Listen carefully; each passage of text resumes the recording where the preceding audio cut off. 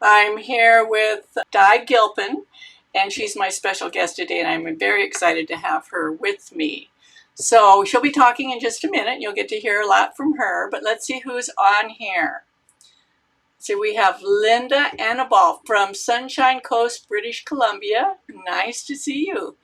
And then we have Deborah Swift from Flagstaff, Francoise from Lyon, France, Margaret from Chile, Luana Hendricks from Missouri, Sergio Navarro from Spain, Emily Beaton from Central Pennsylvania, Amber Shiwi from Germany, Kathy Leonard from Virginia.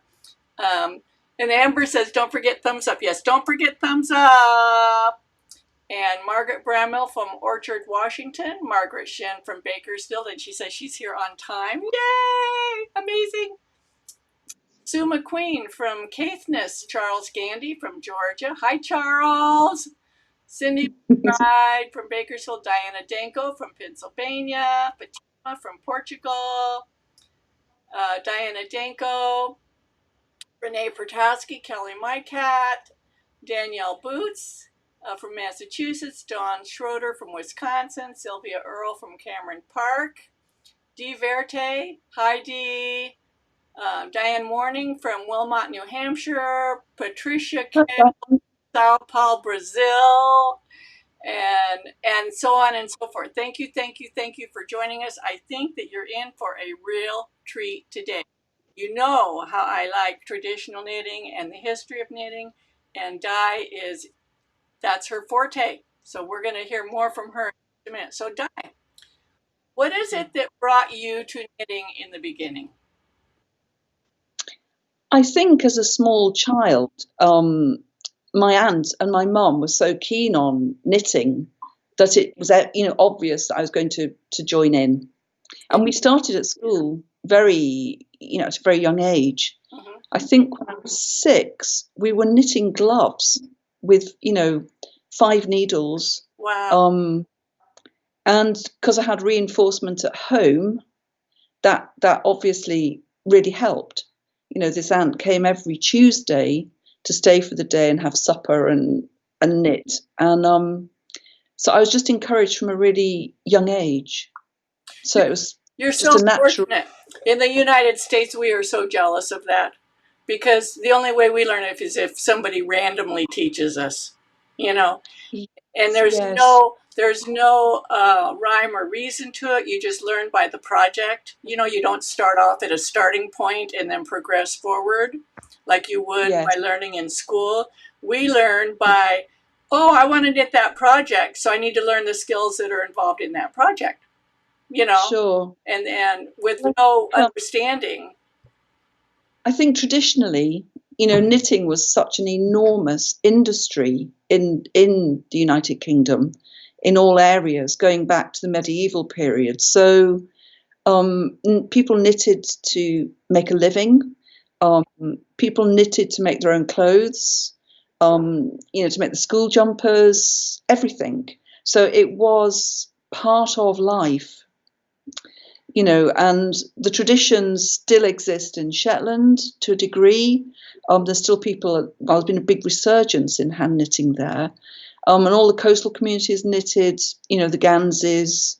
I grew up, I was born in a fishing village, and my parents, knew a lot of the fishermen. So I saw them on the quay side all the time in Ganseys. It was workwear.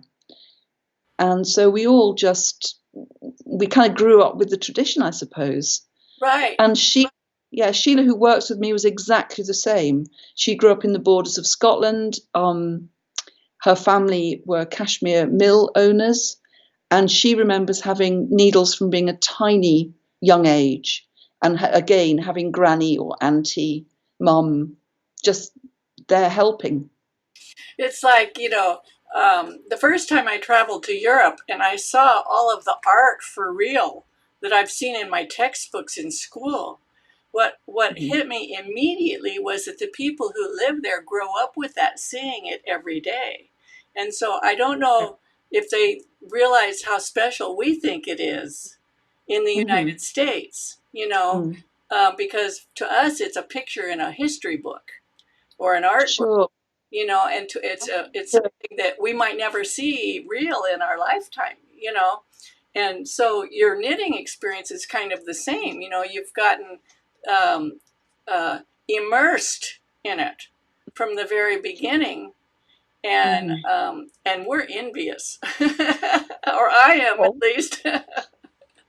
well, it's a two-edged thing, really. For example, when we start to talk about the Gansey projects that I've been involved in, actually getting people to talk about their incredible knitting is quite difficult because they don't necessarily have the vocabulary for it, or they don't necessarily, as you quite rightly pointed out, know how valuable Right. it is. Yes, because And second nature. It's second nature, and the value is less because there's see so much of it. Yes, it's yes, not rare. It's not rare. it is. So, just for an example, which I think is fascinating, the local Scottish Fisheries Museum, where we're starting this new, very exciting project, they have an amazing collection, and which I'm about to start working out how we're going to collate it. And when we looked at some of the boxes, it had the insurance documents for each Gansey in the box with them, and they were put down at about £50 for replacement value. Oh my God. Now, that wouldn't even buy The the yarn. yarn. Right. Oh my gosh. Let So, alone the historical value. absolutely, and it's been quite hard work to, to get that message over that the collection might be worth, 10,000, 15,000, and that I feel is very much my job, is to show the value of hand knit It's because of irreplaceable. It's irreplaceable as far as history goes. yeah, yes, because it Wow. doesn't survive as well as like ceramics or wood carving. It's more fragile. It's susceptible to possible moth invasion, damage, people leaving it in an attic and forgetting about it.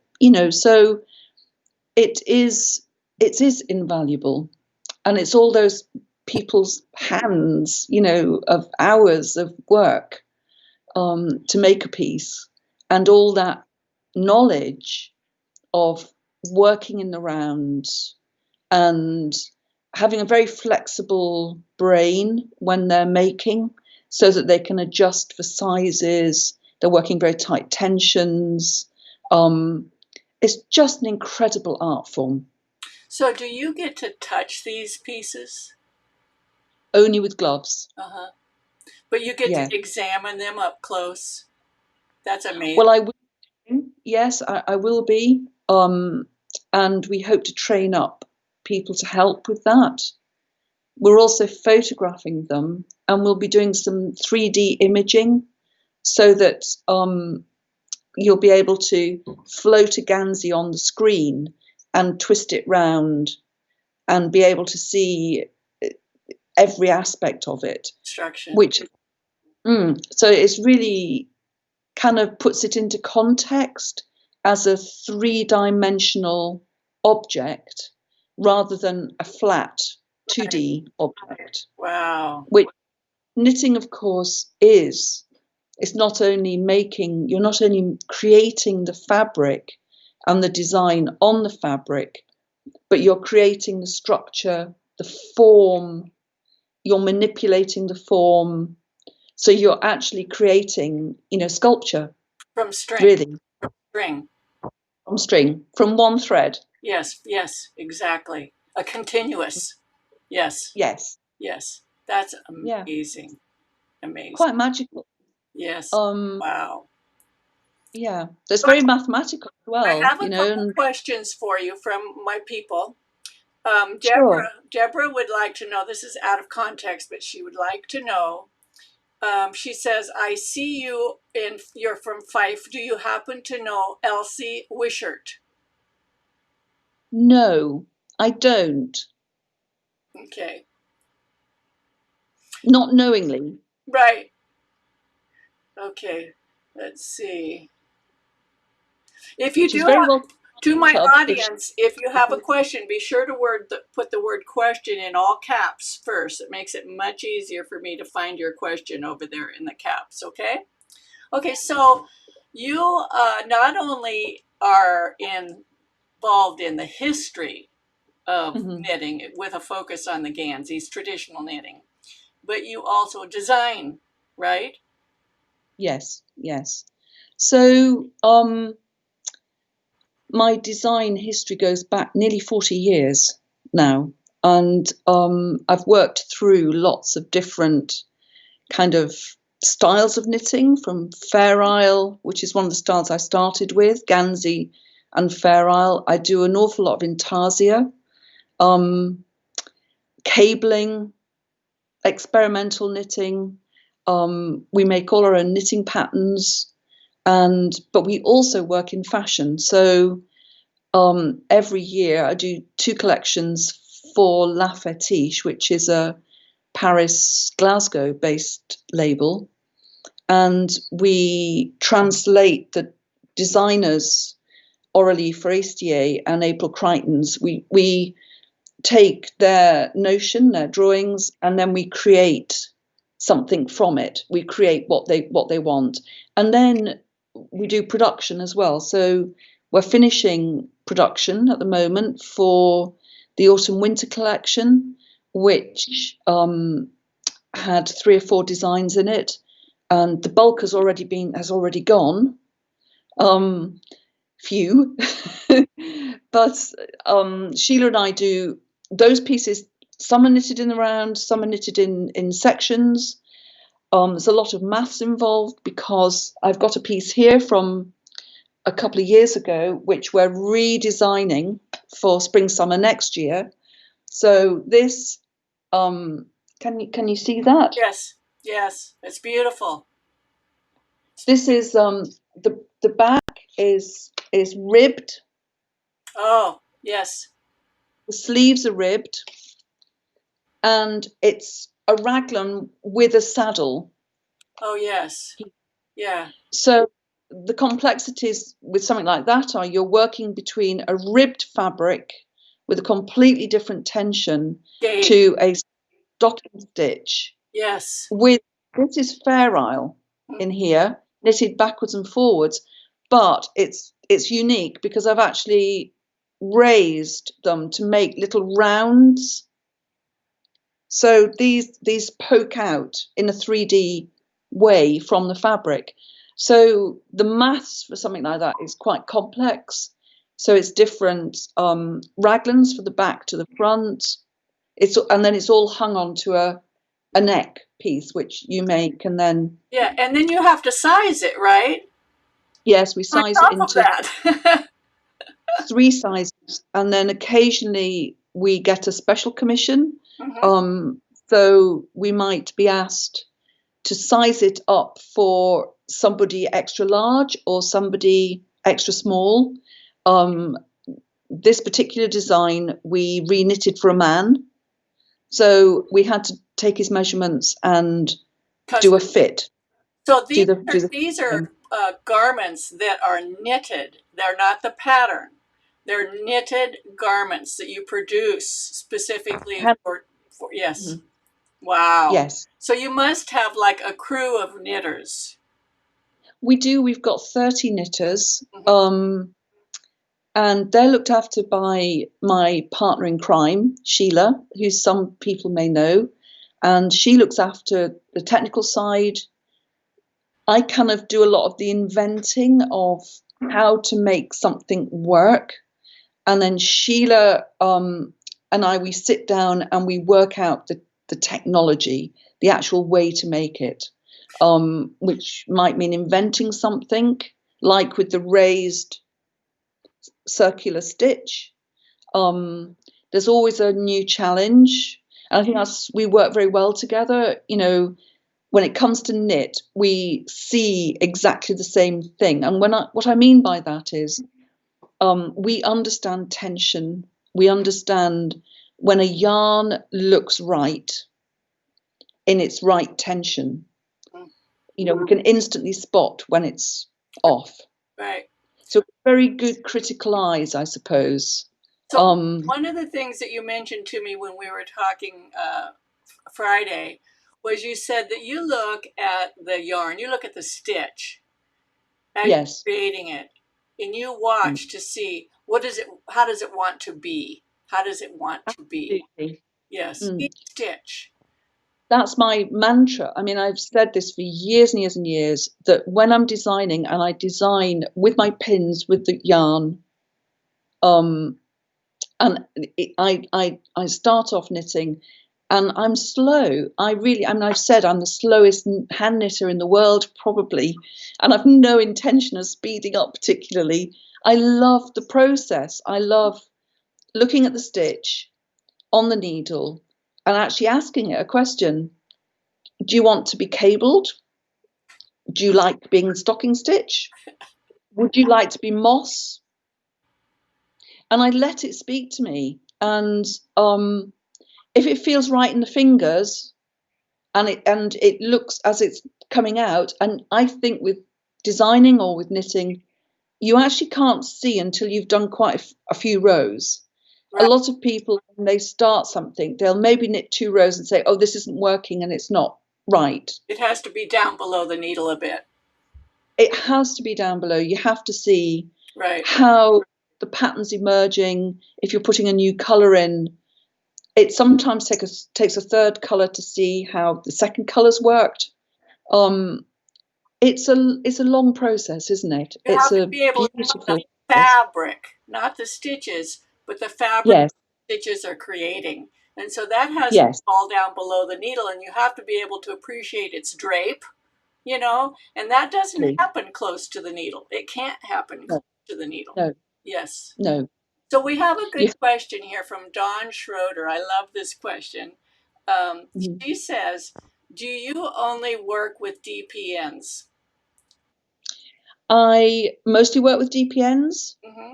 I know a lot of people work with circulars.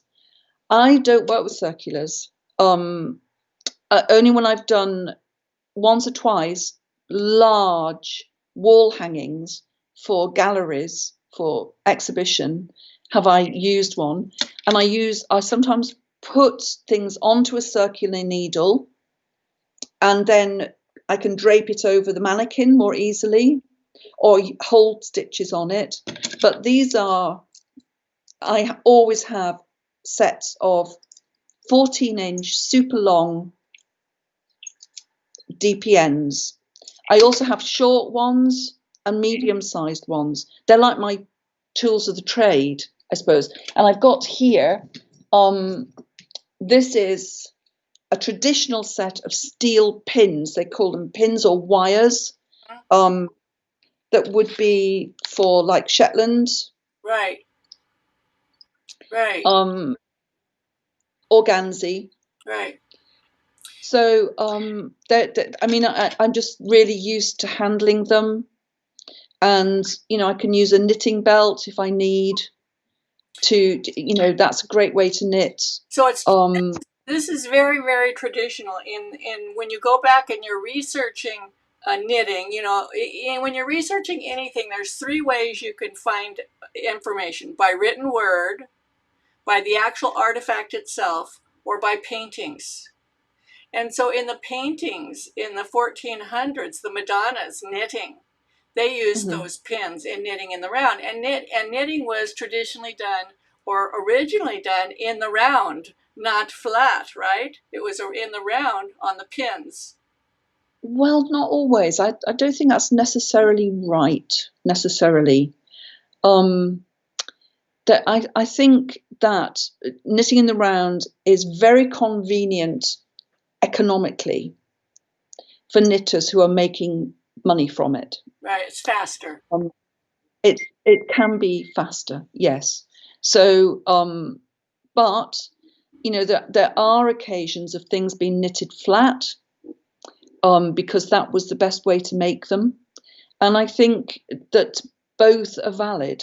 I don't think it's necessarily, and what I've discovered is that if there needs to be seams, there are reasons for seams.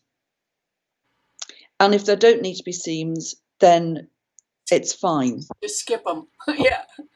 Yes. So it's about weighing up the shape of garment you want to make and how you want that the fit to be. And sometimes it's better to make in pieces and sew together to get a different fit, a different type of fit. Other times it's great in the round. So yoked or top down, bottom up on 4 pins in the round like a Gansey from the bottom up. Right. So I tend to manipulate those techniques and make them just slightly more modern, so that I manipulate the sizes of the Dpns that I use so that it gives shape to a garment rather than putting in decreases and increases. Right. I sometimes literally manipulate the fabric. So I've got here a great example, I think. I made for London Fashion Week in 2011 47 pieces for a company called Mead & Kirchhoff, and we, quite a few knitters got involved with the project, and I had to design 5 pairs of tights, leggings with the feet in as well. Right. So from that, and I used Gansey construction to make them. So here we are. Can you see that? Hold it closer to your body and it'll focus better. Closer to your body, yeah. Yes. So there's that bit, and it comes up, and then you can see the leggings have got patterning in, and the back has got shaping and pattern, and it's got a wonderful traditional gusset. Gusset. If I show you that. Right. And this is all by the shapings by changing needle size rather than stitch count.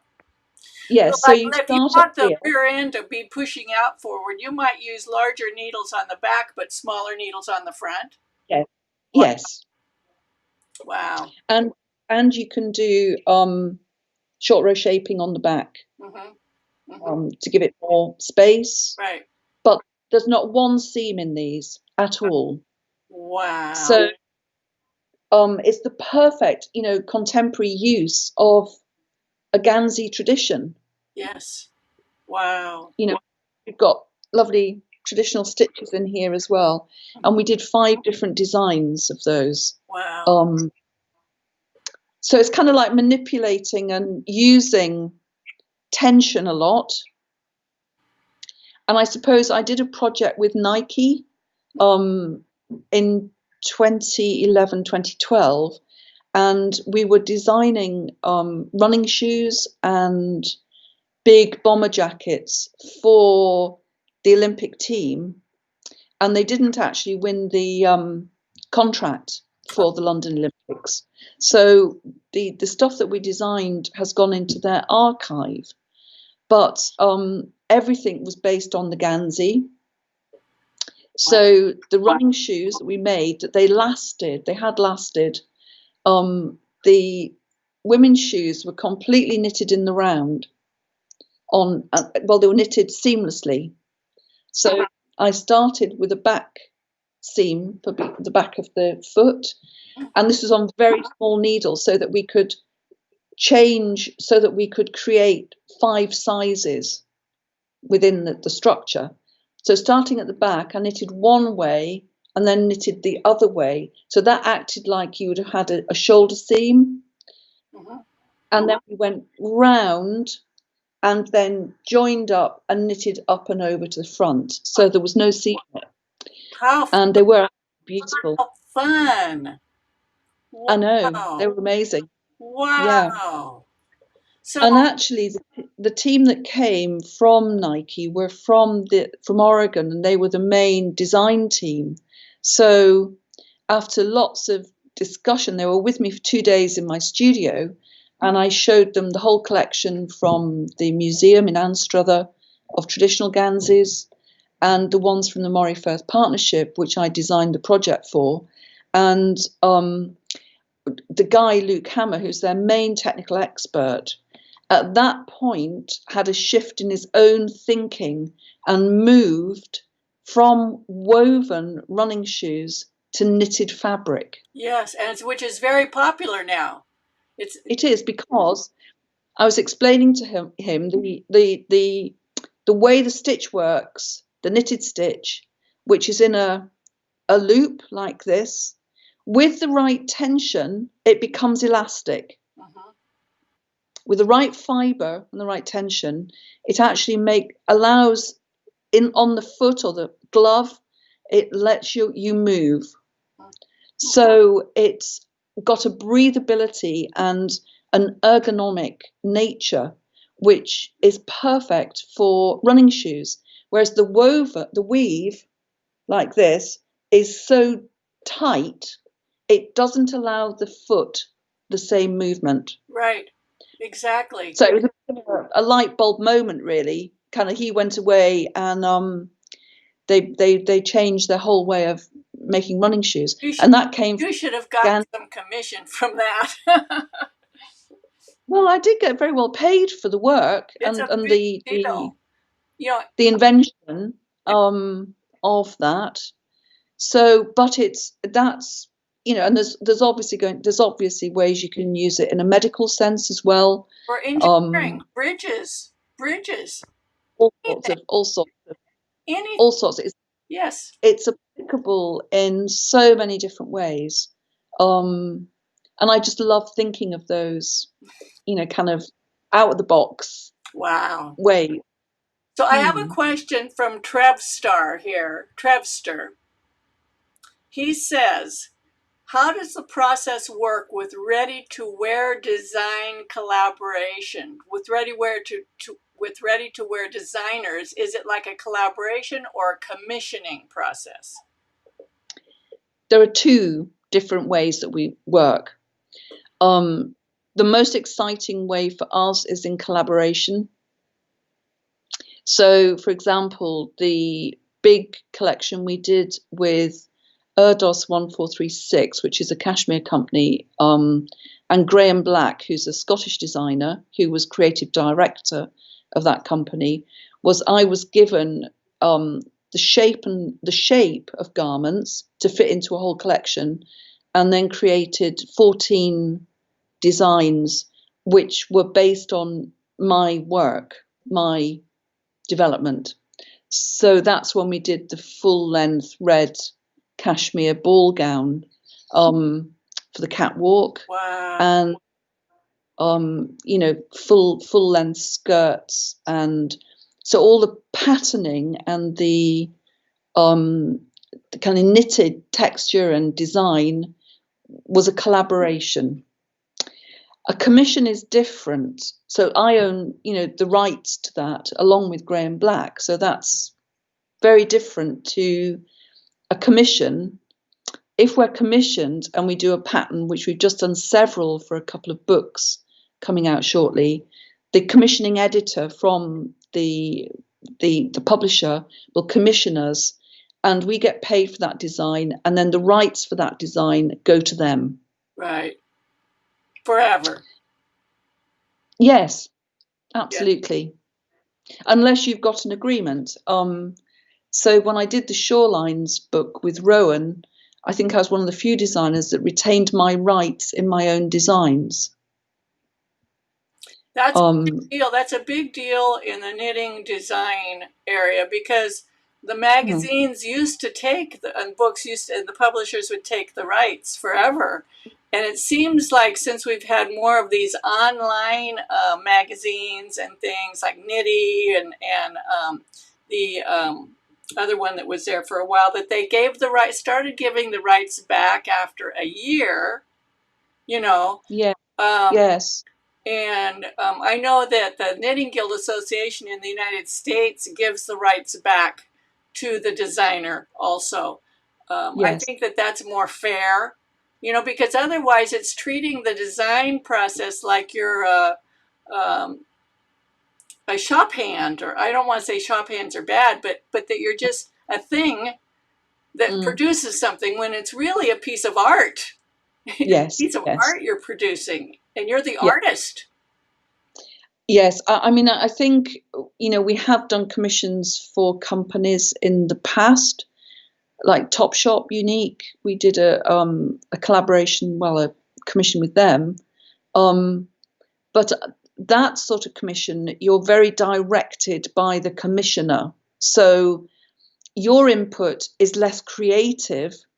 It might be very technical, but it's less creative. And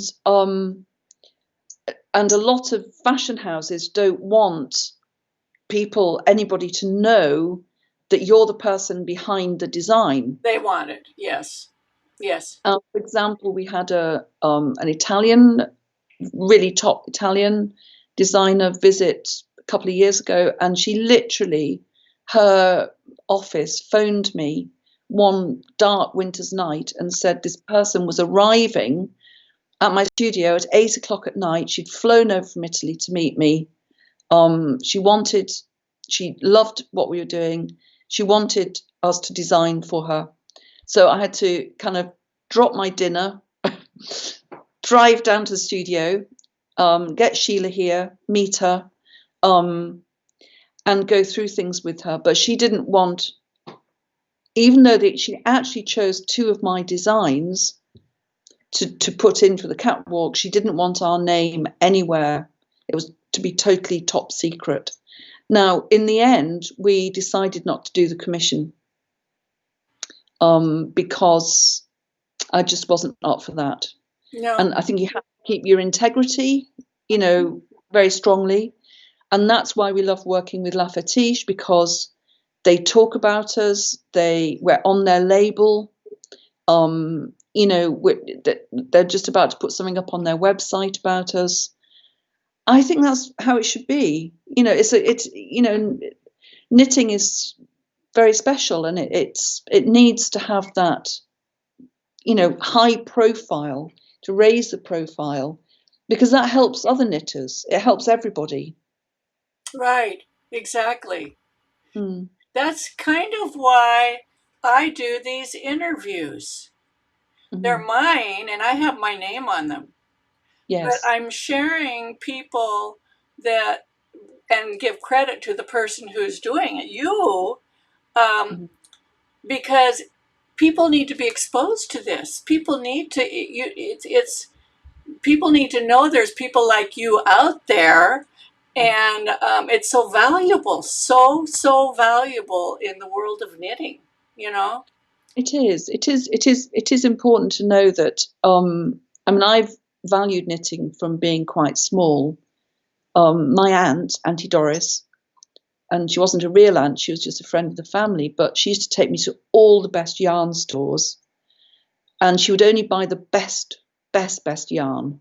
I think it was like Jaeger then. And she used to say, if you're going to make something dye, you have to use the best.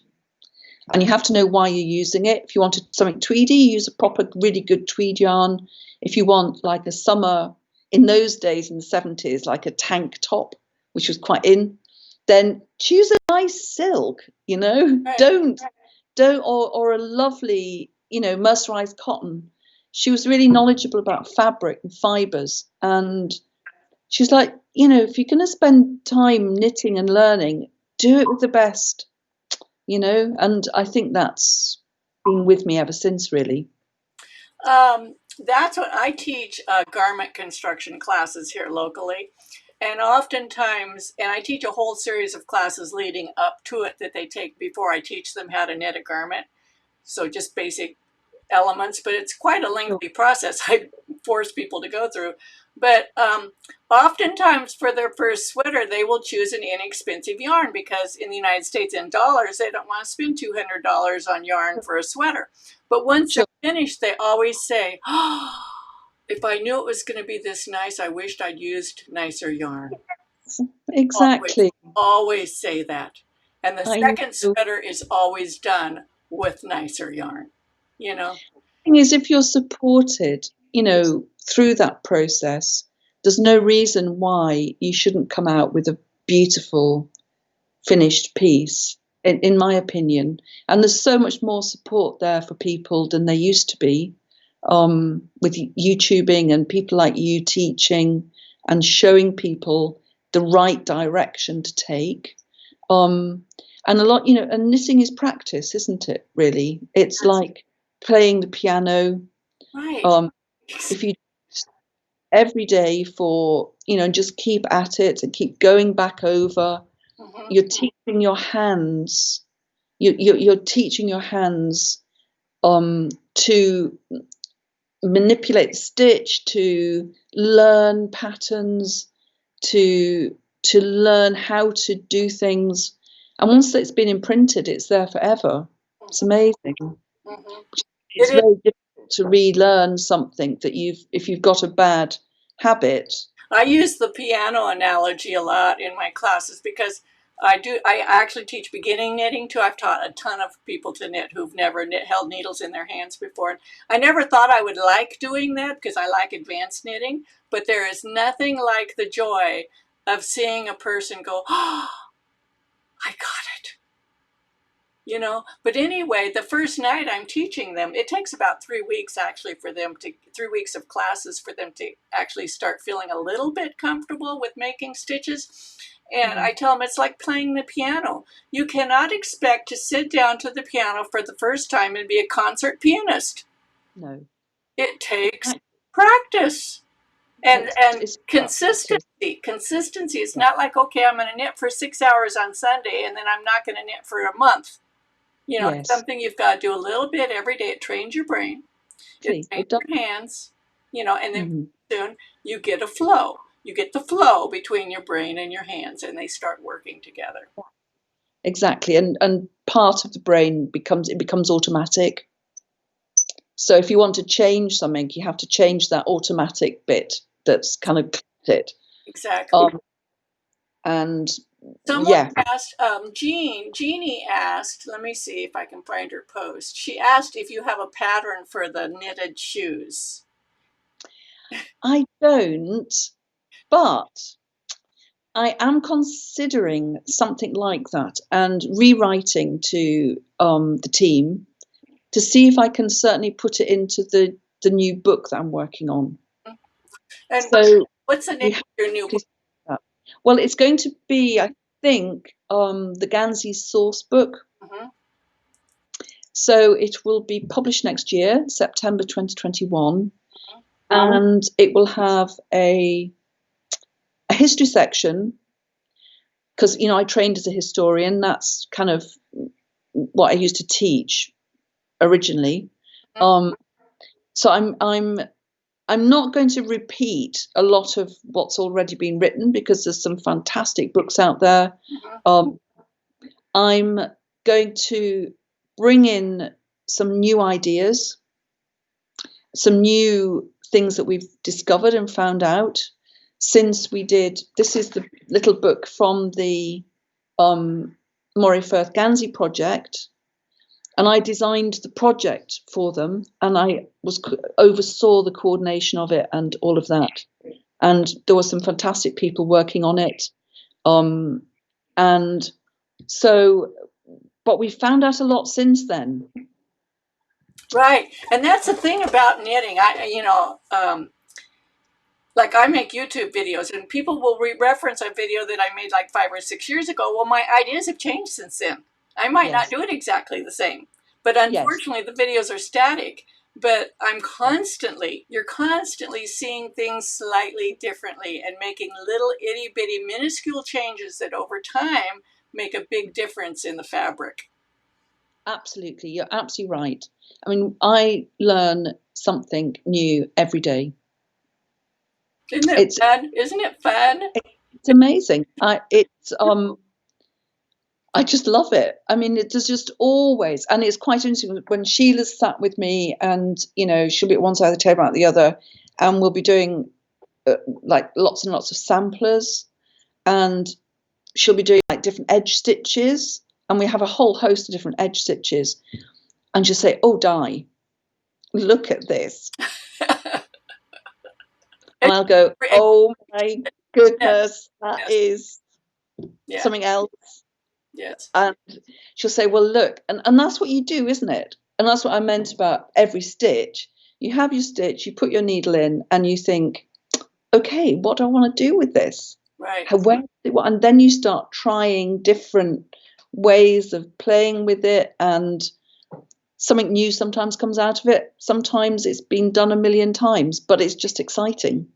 I have two questions or comments from Sue McQueen. And she says, I'm wearing my Shoreline cardigan right now. And then she also said, hi, Sue. Yes, I knew you knew her when she says this. She goes, I had brain surgery in 2009 and had to learn how to knit again. Di was a major influence, inspiration, and tutor for me. She is inspiring. Oh, that's so heartwarming. Thank you, Sue. You're inspiring. You're an inspiration to me as well. So that is so nice. And then Trevster says, question, I'm fascinated by the Nike story. Is that the origin of the Nike fly knit? So many brands have copied that. I think that Luke Hammer, who was their technical expert, yes, I think that is where, like I said, he had a light bulb moment. Yes, that changed everything and all the other brands. And not even just athletic shoes, but you see it in all types of shoes now. Yeah, absolutely. So I do think that was they came over, they spent, they went to various master craftsmen around the UK to look at different things. And one was a leather worker, and I'd won the Balvenie Award, and they really wanted to come and see what I was doing. So they actually spent 2.5, 3 days with me, and that was about 7 of them. So, the main designers, the technical people. And I think at that point he had this moment of, showing him a 90-year-old Gansey, where the stitch count was 54 stitches to 4 inches, and the patterning was so dense, but the way it moved and everything about it was phenomenal. Wow. So Deb Jewett said, she goes, I lost connection for a minute. She said, are you a continental knitter? No.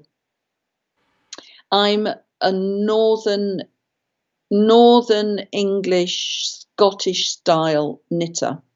When I knit on straight pins, which I do, and I love hardwood. I love hardwood pins. I've got, I think these are Swedish ones. I also love, I think they're zings. I don't know if people know the zing. Right. And I like the long because I put it under my arm. Right. You leverage it under your arm. I do. And the anchoring gives, I'm working on straight pins, gives fantastic tension. The same with the Dpns, that a lot of people struggle with knitting in the round on Dpns because they get to a point where they have to move from one pin to the other pin, and they say they've got the knitting here, and they're coming up to join to this one, and they're going in the round. And I did put up a little video on Instagram about how you do it. And what you do is you put them at right angles, and then you put your yarn over onto the new one coming in, and then you have to pull it really tight. Right. And transfer over. Right, so you don't get that gap. You don't get the gap then.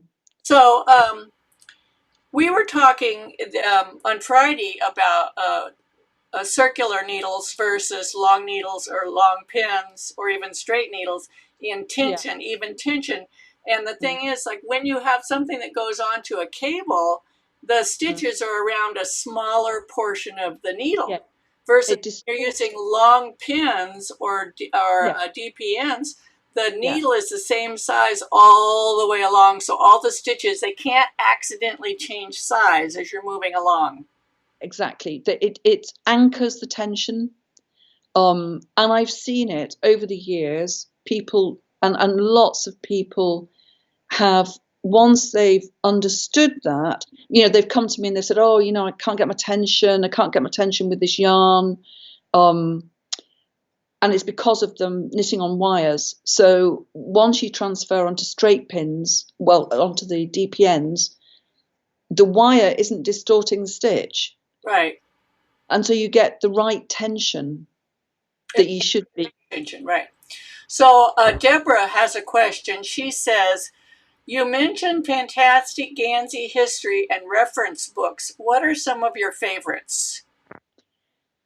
My favourite is Gladys Thompson. Yes. I bought that when I was 12 years old, and I grew up in a village near Whitby.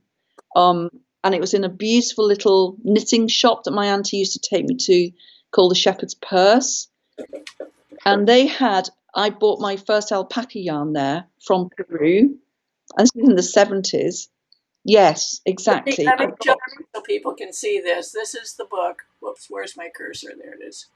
I've got 3 copies because I can't bear to be without one. It's the sort of thing that I sit and read in bed. I just love it. Yes. The other one, Michael Pearson's very good. I think I have that one too. There's Mary Wright, who has written a book about the Cornish knitting, which is excellent. There's one called Herringbone Cables and something. Yes, that's wonderful. Michael Pearson book is, I think, and his attitude to the knitters is so sensitive and passionate. I really enjoy that. There's a couple of little printed pamphlets that I've had for years. One's about knitting in the Pentland Firth, and I think it was Ray Compton was the co-author of that. I've had that probably for 30 years, something like that. I've got that one too, and if I can find it. That's okay, keep going. Yes, and there's a couple of pamphlets, and I read, anything that's got anything Gansey in it. And I've been reading Gladys Thompson, knitting samples from it for 40 years. I mean, there are quite a few mistakes in the book. In fact, I was saying to Sheila just on Thursday, because we're doing this massive analysis of the stitches and the garments at the moment. So it's going to take months on top of stuff I've already done. And you're going to suffer so much during that, aren't you? Oh, it's dreadful. You'll just have to drag yourself there every day to do it. Oh, it's just dreadful. I just love it. I mean, I just love it. It's just really amazing. But I remember saying to Sheila, when I'd knitted the print of the hoof pattern from Gladys years ago, I said I knitted it and reknitted it and reknitted it and reknitted it, and I couldn't get it right. And because she was a goddess to me, it took me quite a while to realise that she was wrong. Oh, how interesting! and it took me a couple of years to accept that I was actually right. So, I mean, that's the thing with knitting patterns, isn't it? It's, there's a blind spot sometimes when you're writing a pattern. People talk about it, that you maybe don't see for a year. Yes. Afterwards. Because your brain sees it, even though it's not on the paper. Your brain sees it. And so you just skip right over it. I've had that problem. It's the same thing. I used to do oil paintings a long time ago when I was younger. And you get too close to the painting. You can't see it.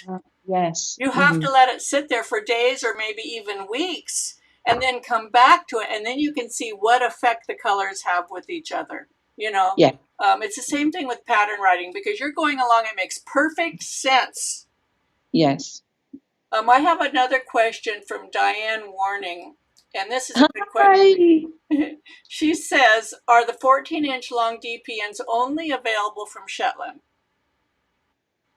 I think you can order the hi Diane, it's lovely to hear, get your question, because Diane was on the retreat in Spain with us this year, so that was very special time.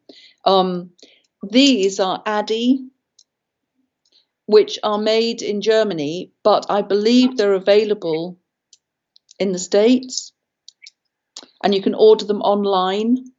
So it's ADDI, and they do these are actually 16 inches. Wow.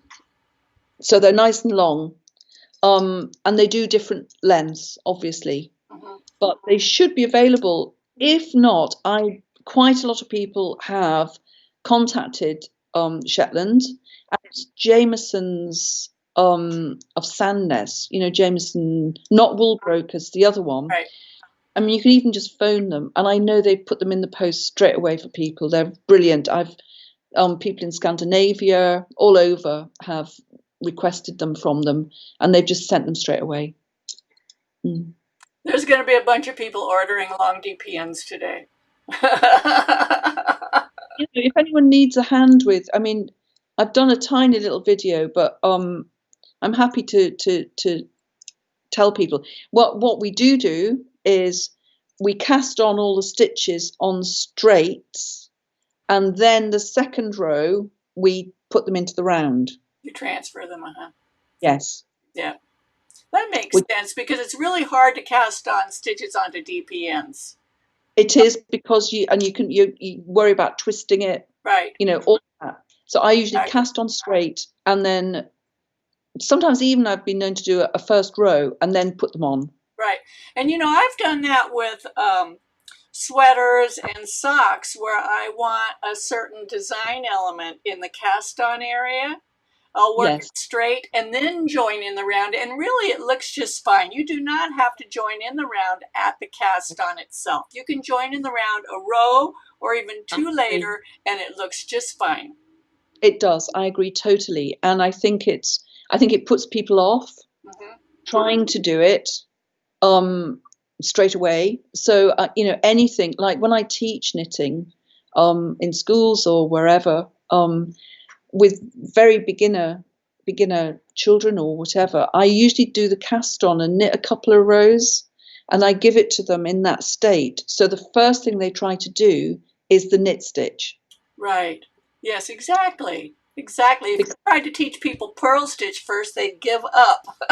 Yeah, exactly. So or the cast on, because it's so slow, and particularly for children. Exactly. That's like when I teach double knitting, I have people just cast on, and then I teach them double knitting, and then I teach them how to do an Italian cast on. Yeah, exactly. So Diane Warning again, she has another question. Or a comment. She says she did order some from Shetland, but they were limited in needle size. She thinks it might be because of the pandemic. Just for everybody to know. Yeah. It may well be, because we've certainly been incredibly busy online. We've sold out of quite a few colours. We're waiting for new stocks in. I have a question I want to ask you. I want to ask you about this yarn that I'm knitting with. It's the lambswool. Can you tell us a little bit about lambswool? Sure. Well, the lambswool, which is in that yarn, it's super high grade lambswool, and it's from a variety of sources. It's not a single breed. It's actually a certain micron count, because it's spun in a mill in Scotland, which is a cashmere mill. So it needs to have a certain micron count for the machinery. So this is not a single flock, not a single flock or a breed.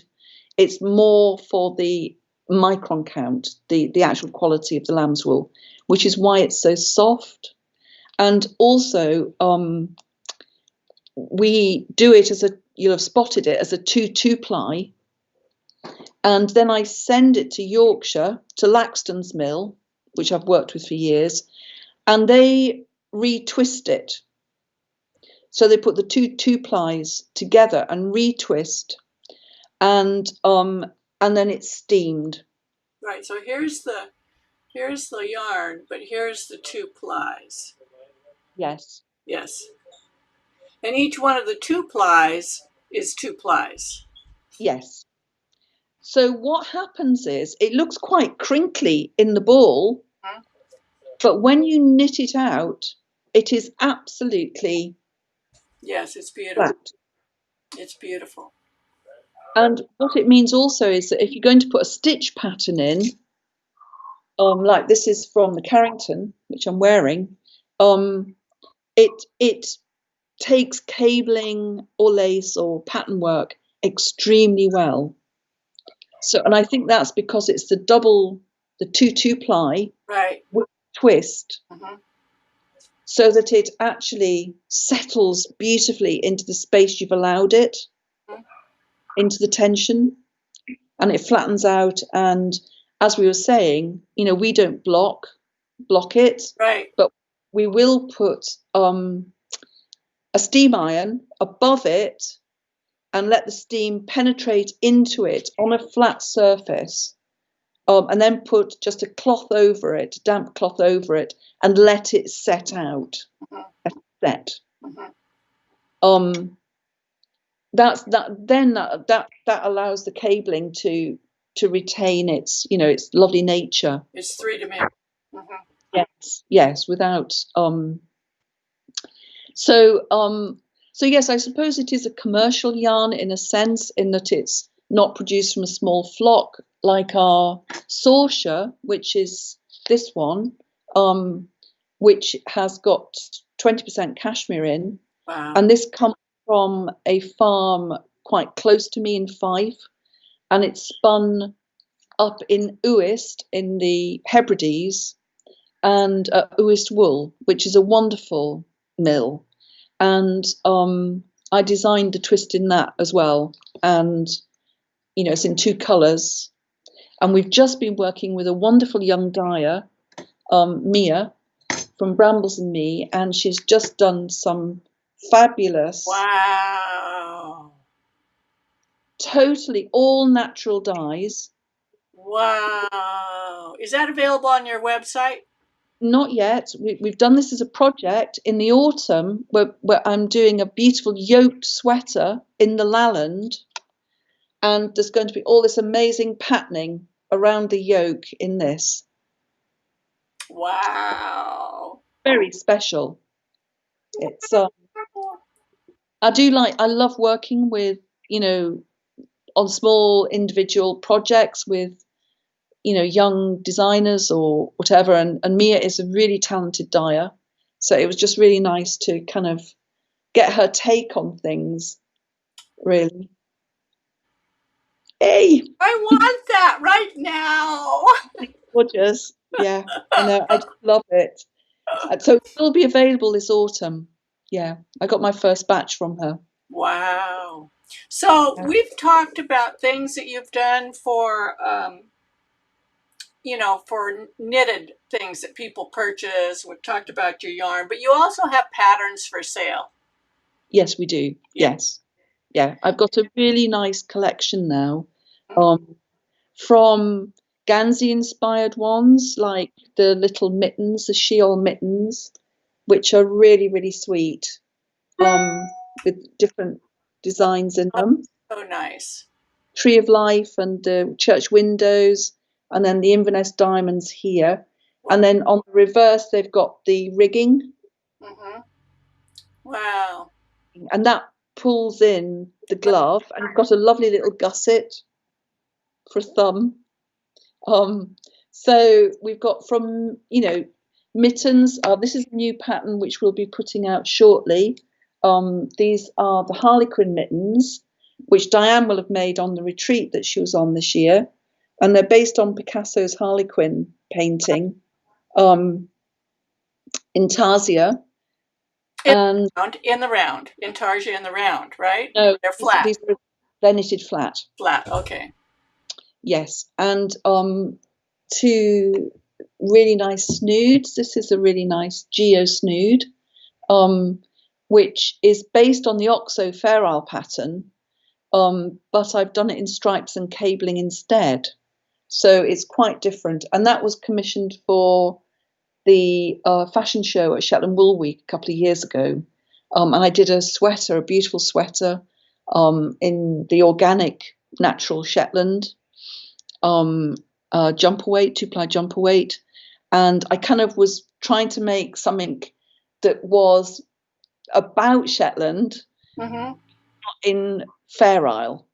Oh, how interesting. Yeah, so that's really quite an interesting, and we've done a beautiful yoked sweater called the Geo Yolk Sweater, and that's based on that style of knitting, which is a little bit different. This is knitted in the round. This is a cowl that I've just finished called Songlines, and that's on Ravelry and on the website, and it's reversible as well, so you can wear it with the stranding on the outside. Oh, beautiful. Yeah, so that's, oh, and the Argyle Snood is beautiful. That's with travelling cables and lace patterns. And the Carrington that I'm wearing, a lot of people have loved it. It's got little neck gussets. I don't know if you can see that. Pretty sweet neck gussets, and it's got lots of swing in it, and it's really nice to wear. The neck gusset plays the same role as if you did shoulder shaping or a short rose. Yes. Here, it plays the same role because you're wider. This part of your body is wider than this part of your body, so it needs to go out like that in order to hang properly. Exactly. Yep. So I love neck gussets. The polar Gansey. This is, now this, we've knitted it. This one we've put a colour work here, but the pattern is also has it as stitch work. This is a compass. But every aspect of this is a proper Gansey. It's knitted in the round, sleeves knitted out from the body. It's got, you know, a lovely neck gusset. It's got underarm gussets. It's got a lovely device with, I don't know if you can see that, but little cables. Right. Oh, how beautiful! Beautiful. The false hem. You know, all Ganseys have got this lovely false hem. Right.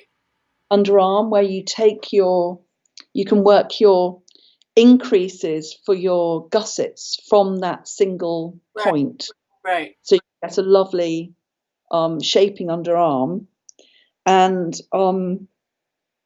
so yeah, again, it's using little devices that from those traditional ways of making things to make the fit really good. This has got 2 different needle sizes in the body, so it actually goes in, it shrinks in and then comes out. So rather than just hanging straight down, it's actually got a very feminine shape to it, which and knitting in the round, that means it fits the body really beautifully. Right. And even people who feel like they don't have shape to their body look better with sweater shaping. I think so, generally, yes. So I put it in quite a lot. So the Geo actually is shaped like that, and then it's got a 1-on-1 Fair Isle rib around the bottom, which is much larger, much wider, so that it's got swing, you know. So it's just really nice to wear, and it's light and flattering, and it gives you a nice shape. Now, you sell your patterns on your website? Yes, and on Ravelry. So let me show your website here. This is her website, dgilpin.com, and she has her yarns, her patterns, kits, the Ganseys. She has all these, oh my God, so beautiful. Look at this. And then also let me show you Ravelry. She has her portfolio on Ravelry as well. And she showed us this cowl right here. Yeah. And I was really intrigued by several of these, but I especially like the twisted hazel. Oh yes, Those are so beautiful. they're really. Yes, I've actually got this beautiful twisted hazel in my garden in the courtyard, and it's so beautiful. Was inspired by my tree. Um, And this that's the Grey Star. Yes, that's a beautiful. That was orange recently star. in the Knitter magazine. Look at this one, Soul Tunic. It's so Oh yes, beautiful. that's that one there. That's got lots of different Gansey patterns in it. This one here. Yes, the shield tunic and a lovely lace section at the bottom. Look at that. See that? Yeah, it's Oh, fab. beautiful. Look at the sleeves. Those are very interesting. Yeah, they're very feminine. It's a very feminine shape. It's knitted top down, so that the lace works the right way. That's the arabesque gilet. That's very fitted, and the neck is integrated into the knitting, which makes it seamless. So it gives a lovely neck. Beautiful. Yeah, and the black pearl. Those are the lovely little Oh, mittens. yes, you just showed those. Yes. That's one of the patterns from Shorelines, the scarf. Uh-huh. Um, That's beautiful too. Look at that. that was really nice. That's the black pearl. I like that. Mm. What's the weight of that yarn? Just a DK. Yeah, nice. Originally, I think what did I make it in? I can't remember now. Now that one, the Danish Rose, we're reworking that at the moment for this autumn winter, and it's got lovely side panels, and you can either knit it in the round or knit it in sections. Look at this beautiful little delicate work around the bottom. That is so pretty. It's a great shape. It's got a saddle as well, saddle neck. These are crazy. This is pretty. Whoops. Yeah. Oh, that's wonderful. The Grania yes. jacket. Look how three-dimensional it is. That's gorgeous. It is, and you can reverse that. You can wear that both inside out, and it's drop stitch cabling. So you get this lovely, either a really ruffled effect on one side and then the cabling on the other. Wow. Yeah. So these are, ooh, that's pretty, the red one. That's a classic Gansey, yes. Mm-hmm. Yeah. A little coat, that's gorgeous. Oh, the coat is lovely, the Grania, yeah. So let's go back to you. So I'm going to wrap this up. We've been on here an hour and 8 minutes. It seemed like 10 minutes. Wow. So fast. But I want to really thank you. I'm going to give people a chance to ask more questions, so I'll talk for a minute. Yes, I love answering questions. Oh, I thought what I would just do. Oh, yes, you have something else you wanted to show. I just wanted to show people how I work. So I draw everything by hand. Wow. My Gansey charts. Can you see that? So that's all by pencil. Yes. And it's on graph paper, right? Yes, I do everything by hand. I don't use a computer-aided design program. And then somebody else puts it onto a computer chart. So I love working with just a pencil and and the graph, transcribing what I've knitted onto that. Wow. Wow. It takes time, but I love it. It takes time, but look what you have. There's a couple more. Janice Miller made a comment here. She says, mostly do not block my knitting. I find that blocking can take away from the natural essence of the yarn. I steam my finished garments. Your thoughts, please. And I want to answer this. My feelings about it are this. There are many ways to block. One way is submerging in water. One way is steaming. One way is putting a damp towel over your work. Another way is spritzing with water. Those are all methods of blocking. Blocking to me means adding moisture to it somehow, having it in the position that the final position that you want it to be when you do that, and then allowing it to dry. But a lot of times I think blocking gets a misnomer in lace, because people who block lace stretch the lace to show the design, and those people get the impression, and others too, that blocking means stretching while it's wet. But blocking does not mean stretching. To me, blocking means adding moisture somehow and allowing it to dry. I think you're absolutely right. So, but it's just, it's just a term. It's just a term, and everybody applies a different meaning to it. Charles Gandy has a good question. He says, do you knit first or draw first? I do about 3 or 4 different approaches. Sometimes I dream a design. And in the dream, I'm knitting. And I knit. I actually physically feel as if I'm making this design.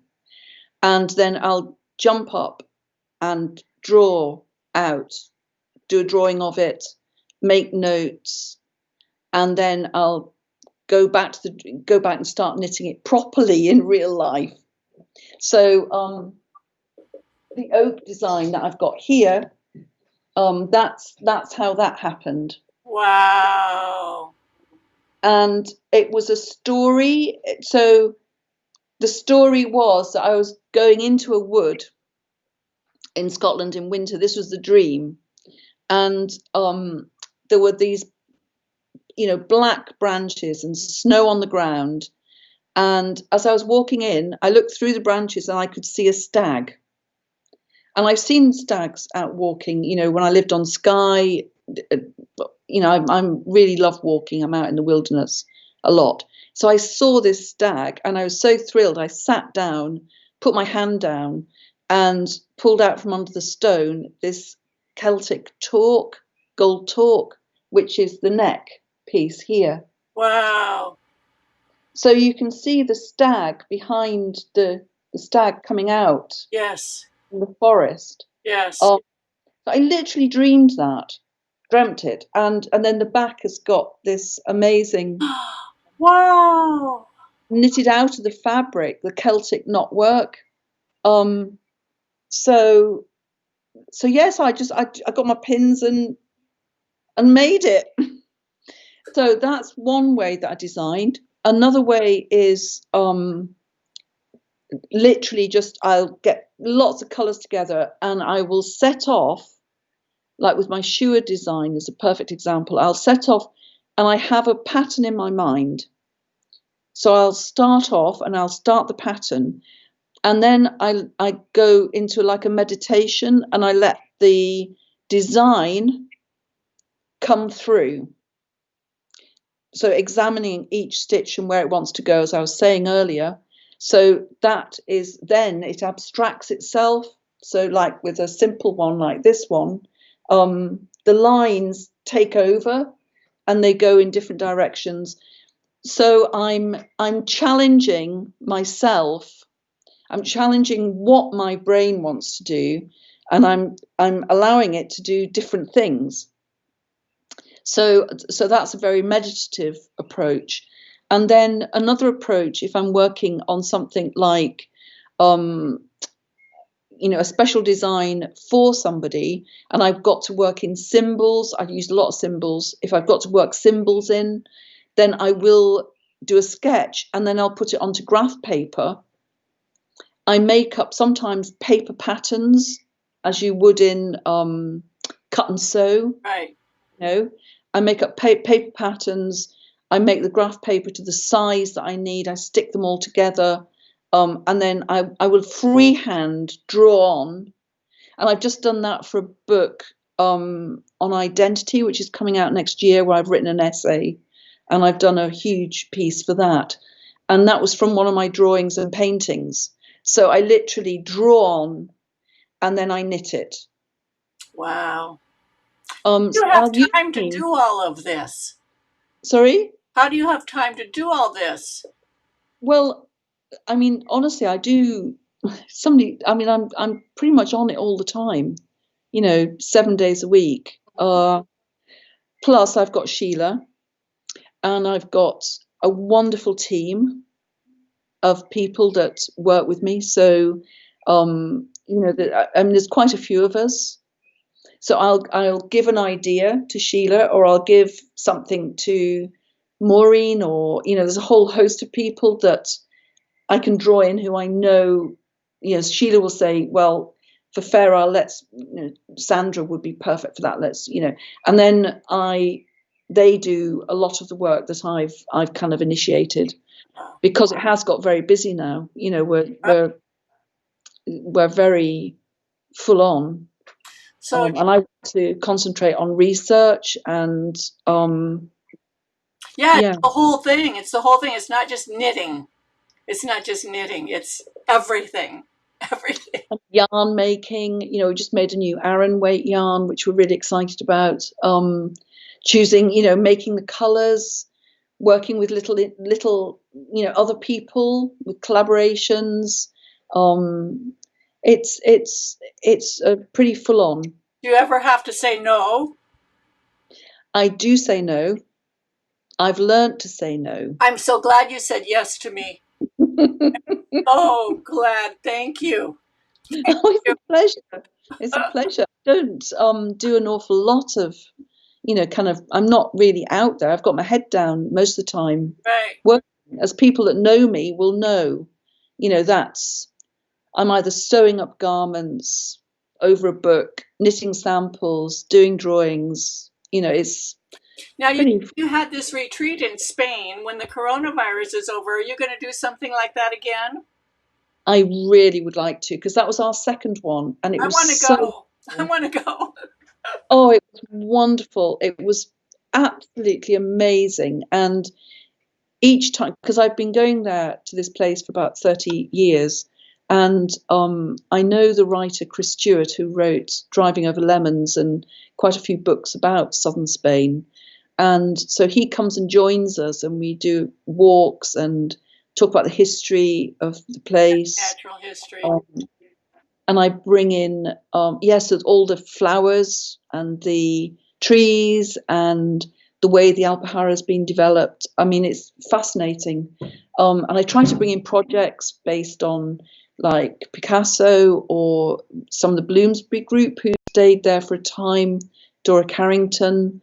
We go to the Alhambra and kind of use inspiration from there to so people can do their own designs. They do designs that we've set, and then we do lots of little mini teaching things, little mini projects through the week. And we would learn about this on your website, right? No, you have to email me. Okay, I'm emailing you. Then I pass it on to Gillian, and Jill looks after all of our retreats and workshops, and she looks after everybody. She's wonderful. She's just a great person. She comes on the retreat with us every time as well. So she looks after the well-being of the group, which is really nice, to have.